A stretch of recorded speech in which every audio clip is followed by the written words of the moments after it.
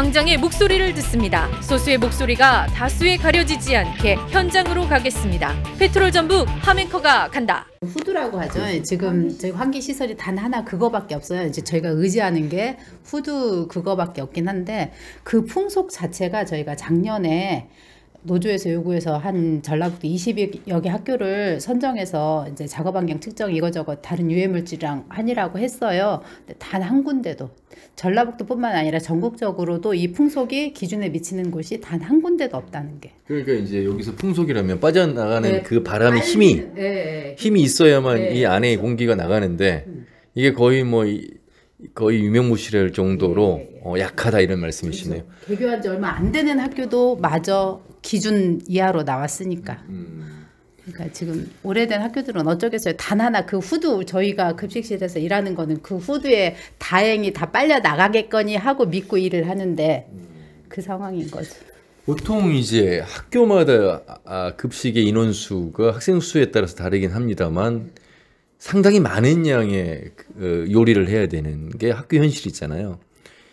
그러니까 이제 조리 과정에서 말씀하실 내용이 많을 것 같아요. 그러니까 일단 불에 가까이 있기에 위험한 상황이 노출되어 있는 부분도 있고 또 유해물질 부분도 예를 들어서 우리가 흔히 생선이나 튀김 이런 거 요리할 때 나오는 유해물질도 이야기를 하고 있고 아울러서 이제 그 가스를 연소하다 보니까 가스에서 나오는 유해물질도 있고 여러 가지 아까 말씀하신 그래서 이제 환풍기라고 하는 후드가 그 역할을 해줘야 되는데 그렇지 못한 말씀도 하고 계시고 종합적으로 한번 좀 들어볼게요. 먼저 본인 소개부터 좀 해주시고요. 저는 급식실에서 16년 근무하고 노조에 나온 지 한 1년 반 정도 됐어요. 네. 아까 말씀하셨다시피 우리 집에서 요만한 가스만 켜도 막 공기청정기 달고 무슨 빨간불이 올라왔네 저렇네 하잖아요. 근데 이제 그거하고 비할 바가 아닌 큰 화구가 있는 거고 또 저희가 학교 급식이라는 게 가장 메뉴 선유도가 좋은 게 튀김, 전 애들이 다 좋아하는 거기 때문에 의외로 일주일에 나가는 횟수도 그런 종류가 좀 많아요. 기름을 사용해서 튀기고 부치고 볶고 하는 작업이. 그러면은 이제 저희가 근무를 하게 되면 요만한 큰 솥단지에다 기름을 붓고 거기서 이제 작업을 해야 되는데 이게 작업을 하다 보면 어쩔 수 없이 이게 솥단지면 최대한 가까이 몸을 밀착을 해야 된단 말이에요. 네네, 그럼 그렇죠. 몸을 밀착을 하게 되면 왜냐면 그 안에 음식들을 막 띄고 뭐하고 기름 속에서도 저희가 탕수육 같은 거는 일부 넣어놓고 거기서 또 작업이 안 들어붙게 작업을 또 해야 되니까 최대한 밀착을 해야 되면 밑에는 큰 가스가 내 몸을 타고 올라가죠. 기름 펄펄 끓는 그 요즘 조리흠이라고 해가지고 그렇죠. 발암물질을 이 얘기하는 그 기름에서 나오는 그 흠은 어쩔 수 없이 저를 타고 후드로 빨려 들어가요. 네, 그러니까 이제 지금 현장에는 이 후드 자체가 캐노피형으로 이렇게 돼 있는 건데 이제 저희가 환기시설 그 가이드라인 자체도 해서 다른 방향으로 좀 바꿔야 되긴 한데 급식실 작업이라는 게 불하고 제 몸이 거의 밀착을 해서 근무를 하는 게 거의 저는 더 그래요. 저는 전파는 여기 있기 때문에 우리 몸이 있으면 여기 안에 있는 걸 뒤집거나 그 안에 음식을 만지려면 최대한 몸이 내 불하고 가까이 있을 수밖에 없어요. 네. 야, 이게 사실 이제 오늘은 저희가 이제 노조 사무실에 와서 말씀을 듣고 있습니다만 뉴스를 통해서 화면으로 나간 모습은 큰 이제 솥에 요리를 하는 모습. 그런데 대부분 이제 튀김류와 전류는 가장 가까이에서 해야 되기 때문에 불의 화력이 그 가스가 그대로 요리하시는 분의 호흡기를 통해서 이제 환기를 통해 나간다 이런 말씀이신데 일단 뜨거움도 보통이 아닐 것 같아요. 그러니까 가스 문제는 이미 오래전부터 많이 그러니까 유해물질이 노출되는 부분은 이미 알고 있는데 그 불의 위험성이라든지 또 다른 그 위험성을 많이들 말씀하시던데 그건 어떤 게 있습니까? 그러니까 현장에서 제일 많이 산재가 나는 게 이제 넘어지거나 그러긴 한데 제일 위험한 게 화상이에요. 그렇죠. 예. 저희가 기본적으로 뜨거운 물을 많이 사용을 해요. 뜨거운 음식을 많이 사용을 하고 불하고 직접 야가 불이 내 몸에 닿아서 입는 화상이 아니라 끓는 물 그다음에 바쁘게 지나가다 보면 이 솥단지가 뜨거운데도 모르는데 우리가 쑥 하고 지나가면 그 뭐라 그러나요? 요즘 오븐을 많이 사용하거든요. 그러면 오븐에서 음식하고 내놓으면 이 음식이 담긴 이 트레이가 있어요. 그거를 내놓은 상태에서 사람들이 바쁘게 지나가다니까 몸에 닿아요. 그래서 선생님들이 그 트레이에 딘 자국도 엄청 많고요. 그 다음에 뜨거운게 지금은 그래도 많이 조정은 됐지만 그래도 아직까지 선생님들이 청소할 때 뜨거운 물로 해야 잘 져요. 왜냐하면 인력이 딸리고 저희 같은 경우는 이런 학교는 무조건 위생을 중점적으로 하잖아요. 위생 점검이라는 것도 분기별로 있기 때문에 청소를 진짜 목숨 걸고 하시는 선생님들이기 때문에 조금 더 뜨거운 물을 사용해서 하시고자 해서 끓는 물을 이용해서 청소도 하시고 이 설거지도 하신단 말이에요. 그 상황에서 뜨거운 물이 엎어져서 이 장화 속으로 물이 들어가고 그다음에 장갑 위로도 올라오고 해서 그래서 저희가 지금까지 요구했던 게 우리가 배치 기준을 좀 낮춰서 우리 지금 강도 높은 근무 환경을 좀 바꿔달라. 그 다음에 요즘 들어서 저희가 그 교육청에서 엊그제 2026년까지 인덕션으로 전부 교체하겠다고 발표는 했어요. 근데 이제 발표를 했으니까 그걸 다 바꾸긴 하겠죠. 근데 이제 사실 이게 인덕션으로 바뀐다고 해서 해결될 문제인가? 왜냐면 지금은 가스 때문에 인덕션으로 바꿨지만 그때는 전기의 용량이 들어오면 또 다른 무언가가 생길지 모른다는 불안감이 있기 때문에 메뉴 방법 자체도 저희는 바꿔야 된다고 생각을 해요. 이 조리흉이 많이 발생하지 않는 메뉴나 그다음에 우리가 직접 불을 옆에서 음식을 작업하지 않는 메뉴를 방법을 바꾼다든지 이 모든 게 사실은 예산 때문에 교육청에서 주저한다고 저희는 생각하거든요. 예. 왜냐면 교육청에서 쓸 수 있는 예산은 한정돼 있고 이거를 교체하려면은 금액은 많이 들어가고 그래서 저희가 요구를 하면은 항상 교육청은 자기네도 동감은 한다고 하지만 반영을 못하는 거는 아마 예산 때문이라고 저희는 생각을 하고 있어요. 그러니까 저희가 요구하는 대로 배치 기준 낮추고 환기시설 지금 가이드라인 나온 대로 지금은 리모델링에만 적용하겠다 그 수준이 아니라 전면 다 개선을 해야 되는 지금 현 상황이거든요. 선생님들이 현장에서 너무 불안해하니까 하루 출근하는 게 조금 약간 무서울 정도로 그러니까 지금 당장 바꿔야 될 사업인데 그게 아마 예산하고 수반된 상황이 아닌가 생각합니다. 인력이 많이 부족한 겁니까? 지금 그러니까 학생 수에 비례해서 급식 종사하시는 분들이 이렇게 고용이 되는 것인지 궁금해요. 저희 일반 공기업 이런 식생활관 같은 데는 이게 50에서 80명당 1인으로 보고 있어요. 근데 저희 학교는 기본적으로 120에서 150명당 1인으로 봐요.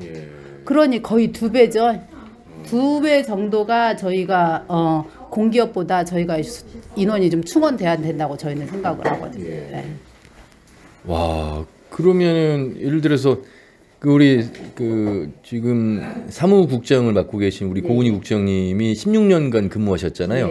그 학교에서 그러면 몇 분이서 근무를 종사 선생님이 몇 분이나 계셨던 거예요? 제가 맨 처음에 입사했을 때는 한 1,600에서 1,700명 정도 됐을 때 10명이 근무를 했어요. 네네. 근데 이제 그 다음에 제가 여기 나오기 전에 다른 학교는 600명 정도 되는데 5명이 근무를 했어요. 그러니까 100명 이상의 학생 수에 비례해서 한 분의 급식 선생님이 계시는 거네. 100명 이상이라 그러다 120명 정도, 114명, 이게 통계상으로 114명이라고 전체적인 평균 수는 그렇게 나오긴 했는데 저희는 기본적으로 중고등학교가 120명이고 초등학교는 150명당 1인으로 배치 기준 표 자체가 있어요.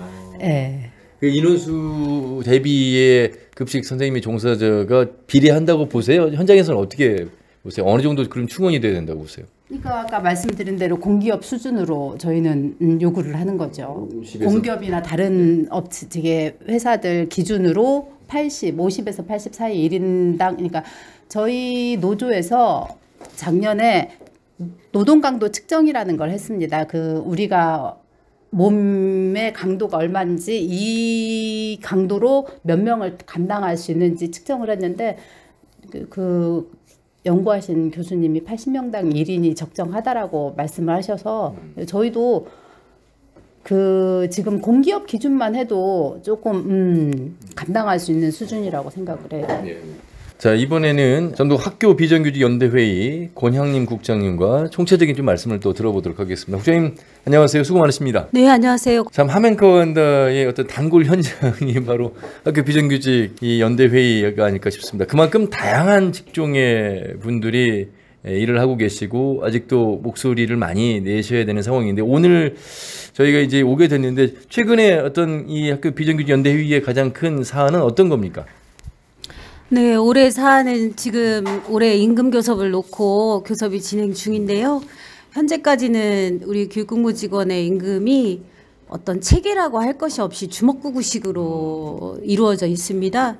그래서 더 이상 지금 급식실 이야기 들으셨듯이 굉장히 압축 노동, 고강도 노동인데 임금은 저임금에다가 기준이 없는 이런 임금을 적용하고 있기 때문에 올해는 우리에 대한 임금 체계를 제대로 좀 만들어라 라고 하는 이런 요구로 지금 교섭을 진행하고 있습니다. 근데 임금이라는 곳은 체결을 하고 입사를 해서 일을 하시는 거잖아요.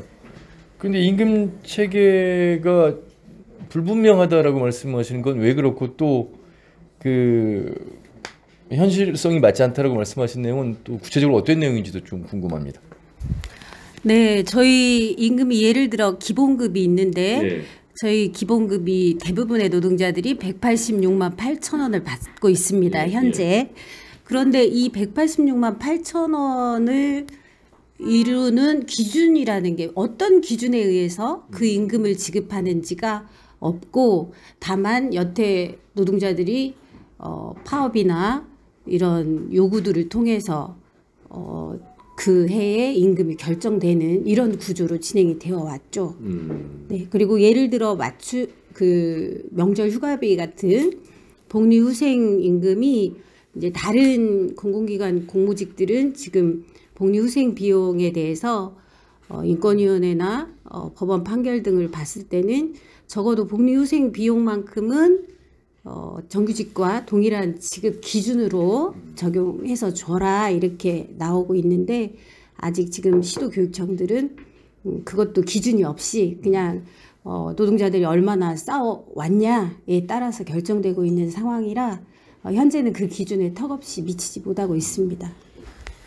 지금 저희가 학교 비정규직 연대 회의라고 하지만 교육 공무직으로 전환이 거의 다 되셨잖아요. 그렇죠? 그렇다면 좀 안정적인 어떤 고용 여건이라든지 복지라든지 뭐 임금 이런 부분들이 함께 동반돼서 개선이 된 게 아닐까 이런 생각을 합니다만 지금 권향림 국장님 말씀을 들어보면 아직 그 불확실한 부분들에 대한 목소리가 계속 나오고 있는 것 같습니다. 아울러서 임금 말씀하시니까 지금 앞에 우리 사무국장님과 잠깐 이 급식 노동자분들의 현실 이야기를 들었는데 방학 기간이 있잖아요. 학생들이 일단 방학 때는 학교를 나가지 않는데 이때 이분들의 근무와 관련돼서 급여는 또 어떻게 또 지급이 되고 있는지 이 부분도 좀 목소리가 나오고 있어요.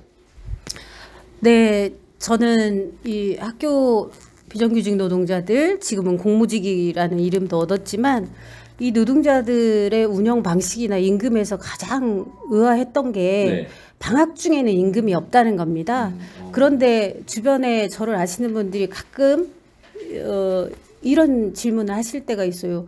방학 중에도 임금 받으니 좀 편하겠어요? 라고 하는데 방학 중에는 무노동 무임금에 따라서 지금 임금이 없고요. 선생님들은 임금을 받죠. 그렇기 때문에 아마 대부분 학교 밖에 계신 분들은 방학이어도 급여를 받고 있을 거야 라고 생각하시는 것 같아요. 그런데 그 부분은 차이가 있는 것 같습니다. 정확하게 좀 아마 그 팩트 체크를 해주신 것 같아요. 네, 맞습니다. 지금 학교에서 일하는 노동자들 중에 교사, 공무원, 교육공무직원 이렇게 세 부류가 있는데요. 교육공무직원만 방학 중에 임금이 없습니다.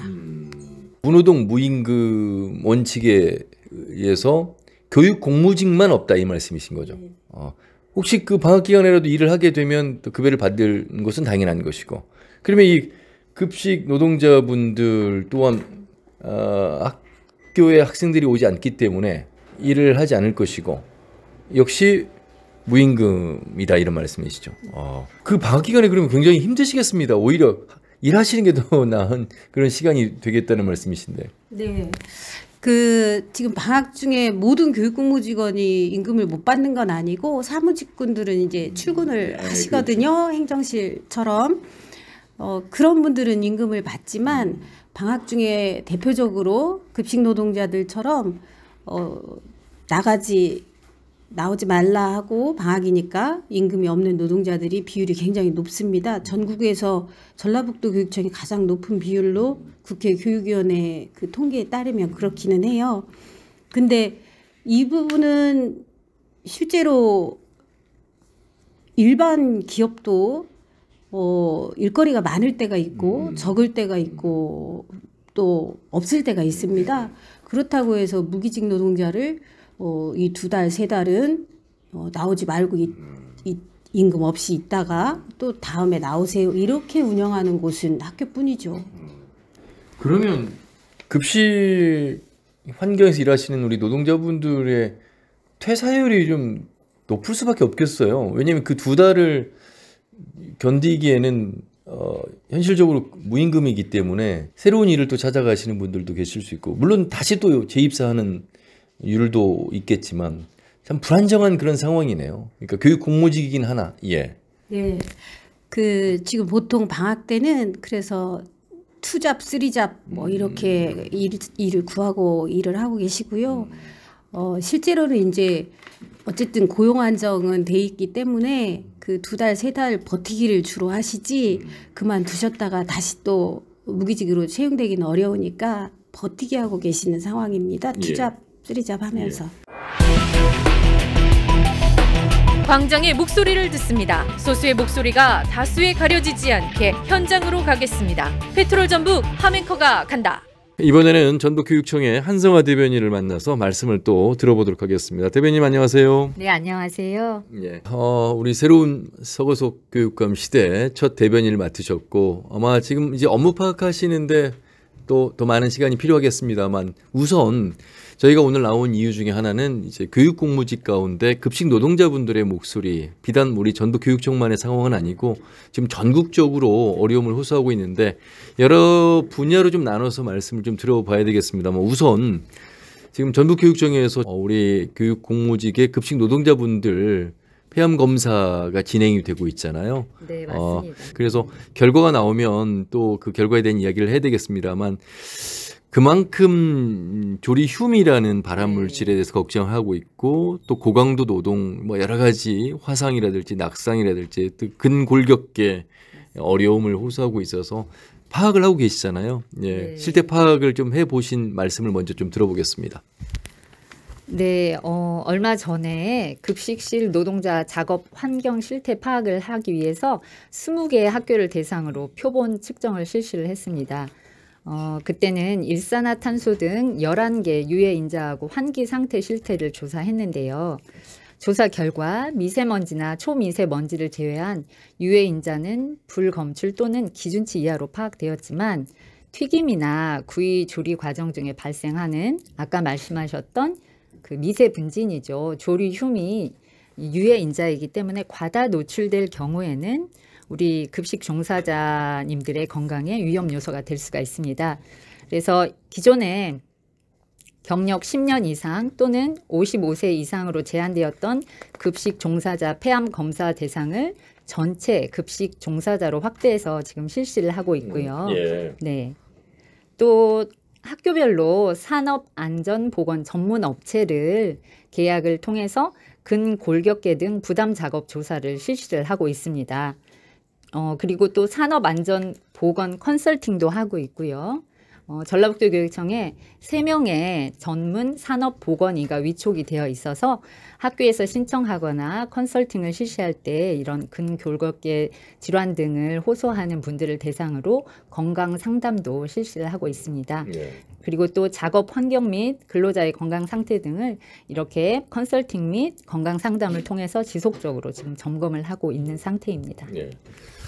이제 실태 파악을 하셔서 누구보다 우리 대변인님 전북교육청의 급식 환경을 잘 파악하고 계시는데, 일단 우리가 급식을 시작한 지가 꽤 오랜 시간이 흘렀잖아요. 그래서 급식 시설 상태가 이제 노후화된 곳도 있고 물론 리모델링을 하고 있습니다만, 이분들께서 주장하신 내용 중에 계속해서 2-3시간 출근하자마자 불을 지펴야만 되고 그 3시간 동안 불 속에서 요리를 해야 된다. 그렇다면 그 조리움이라고 하는 유해 물질이 본인들의 코를 이미 거쳐서 후드를 통해서 환기를 통해서 나가는데, 그 환기 시설이 제 기능을 하지 못하고 있다는 말씀을 하시거든요. 그래서 급식 시설 전반적인 상태에 대해서는 어떻게 좀 교육청이 파악을 하고 있는지 그 부분 좀 먼저 말씀드리겠습니다.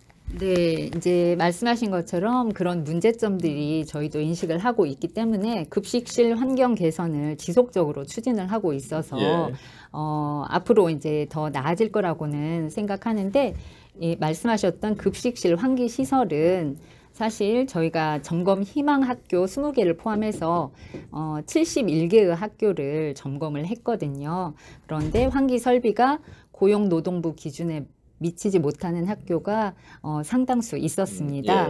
그래서 지금 그런 부분에 있어서 대책을 마련 중에 있고요. 특히 지금 말씀하신 것처럼 가스식 그 조리 기구에서 이제 그 발생을 하는 그 조리흉, 그거에 대해서는 저희가 지금 전기식 조리 기구로 이제 바꾸어주는 작업을 시작을 했고요. 지금 추진 중에 있습니다. 2026년까지 바꾸겠다 이렇게 이제 뉴스를 통해서 전해드리긴 했습니다만 맞습니까? 네, 맞습니다. 맞고요.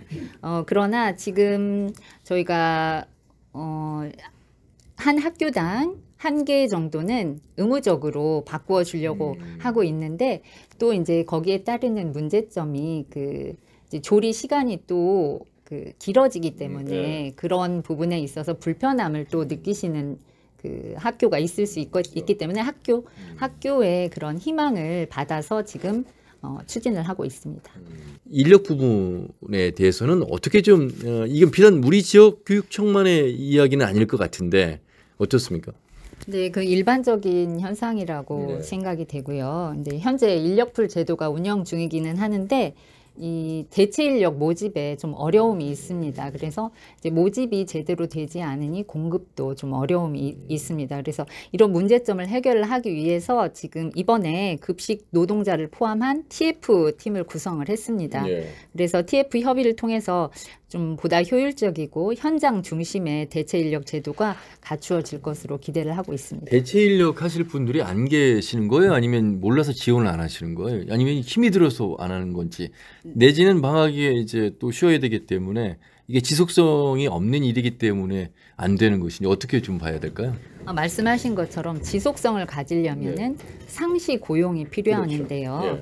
이 부분은 좀 간단한 문제가 아닌 것이 교육 공무직 정원 충원이 필요한 사항이라서 어려움이 있는 것입니다.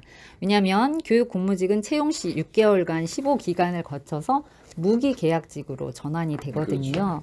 그런데 2027년까지 초중고 학생 수가 현재보다 12.27% 정도 감소할 것으로 예상이 되고 있어서 이렇게 학령 인구가 지속적으로 감소하고 있는 추세에서 교육 공무직 정원을 확대하는 것은 세심하게 예측하고 계획이 필요한 상황입니다. 그런 현상이 이어질 거라는 전제는 이해를 합니다만 현재 그러니까 줄어들 아이들 말고 현재 학생 수 대비 1인 급식 종사자 수의 비율이 120명에 1명이라면 이거는 좀 많이 힘들다. 특히나 앞에서 말씀하신 튀김류, 구이류, 아이들이 전 이런 걸 좋아해서 요리를 계속 더 많이 해야 되는 그런 상황이라면 근무 환경은 달라지지 않을 것이고, 그렇다면 최소한 인원 충원이 좀 더 돼야 될 것이다. 아울러서 식기 건조기나 세척기 이런 부분들도 수도권에 같은 경우는 이제 반자동, 자동을 많이 개선하고 있는데 우리 지역은 여전히 리모델링을 하더라도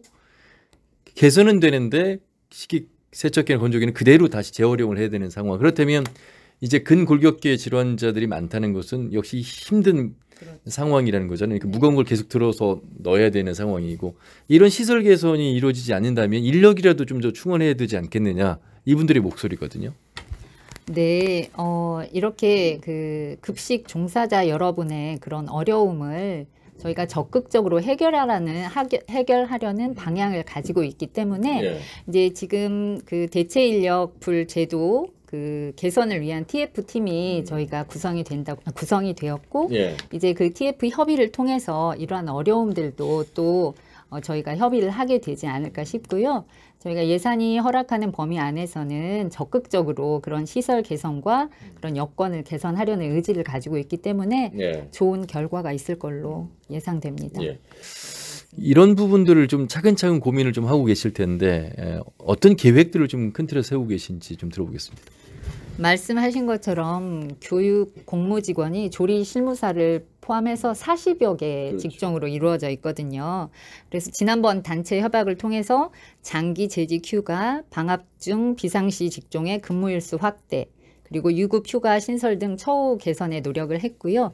또한 그 교육 공무직원들의 학습 동아리, 상담 지원 제도를 운영하고 자율 열수도 지원하게 되었습니다. 앞으로도 이렇게 상호 신뢰와 소통을 바탕으로 단체 교섭 등에 적극적으로 임해서 노동 여건, 처우 개선에 최대한 노력할 것입니다. 우리 서거석 교육감님의 이 교육 공무직에 대한 개인적인 철학 이런 부분들을 우리 대변인 좀 들으신 내용이 있으시면 어떤 방향성을 좀 갖고 계신지. 왜냐하면 이게 한두 해 해결해서 풀 수 있는 부분은 아니고 다양한 아까 40여 개 말씀하신 것처럼 있고 또 직종별로 또 다 다른 상황의 목소리들이 나오고 있거든요. 그래서 어떻게 보면 이제 한순간에 이걸 해결할 수 있는 부분은 아닌 것 같아서 어떤 큰 방향성, 철학이 좀 담겨져야만 이게 좀 해결될 수 있지 않을까. 그런 측면에서 좀 어떤 말씀을 좀 많이 들으셨어요? 네. 전북교육 대전환의 첫 번째 화두는 소통과 협력입니다. 특히 학교 현장에서 어려움을 가지고 근무를 하고 계시는 교육 공무직원 여러분들에게 이런 적극적인 소통과 협력을 통해서 그리고 단체 교섭 등을 통해서 그분들의 요구를 저희가 수용하고 긍정적인 방향으로 그분들의 근무 여건과 처우를 개선해 나가는데 적극적으로 노력할 것입니다. 네. 네네. 그분들을 지원하고 처우를 개선해 줌으로 인해서 학생들이 보다 행복한 학교 생활을 하는데 또 일조하실 수 있지 않을까 이런 생각하고 있습니다. 네. 오늘 말씀 여기까지 듣겠습니다. 고맙습니다. 네, 감사합니다. 네, 전북교육청의 한성아 대변인과 말씀 나눠봤습니다. 광장의 목소리를 듣습니다. 소수의 목소리가 다수에 가려지지 않게 현장으로 가겠습니다. 페트롤 전북 함앵커가 간다.